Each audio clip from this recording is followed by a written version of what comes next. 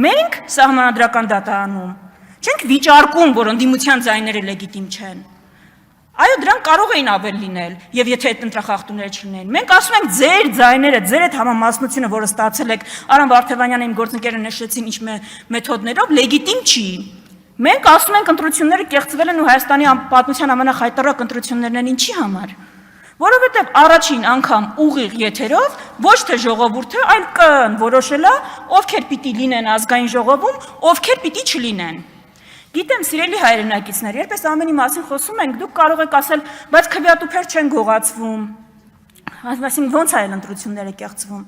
Հա, 21-րդ դարում քվեատուփ կարա չգողացվի ընտրության կեղծելու համար, բայց դուք պատկերացնում եք, քանի քվեատուփ պիտի գողացվեր ու ինչքան քվեաթերթիկ պիտի լցոնվեր, մի ամբողջ ուժ 50,000-ից ավել ձայն ունեցող ուժի ձայները գողանալու համար։ Այսինքն դուք ուզում եք մենք ձեզ շնորհակալություն հայտնենք, որ ձևերն եք փոխել, ավելի ակուրատնի եք անում, դրա համար ձեզ կրեդիտ տանք։ Չէ, կներեք, չենք կարող տանք։ Դուք կրկնում եք վատագույն ավանդույթները, ավելի սիրուն ու պուպուշ։ Բայց դա էությունը չի փոխում։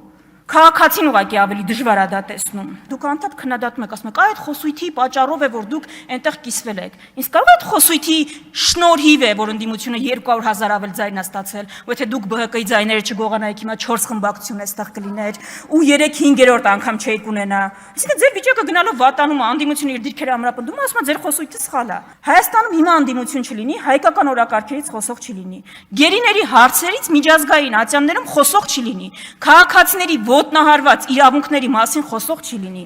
Դա բավարար է իրավիճակ փոխելու համար, չէ։ Մենք այստեղ ենք, որ այս գործիքակազմով մեր օրակարգերի շուրջ համախմբվելով այդ իրավիճակը փոխենք իրար հետ։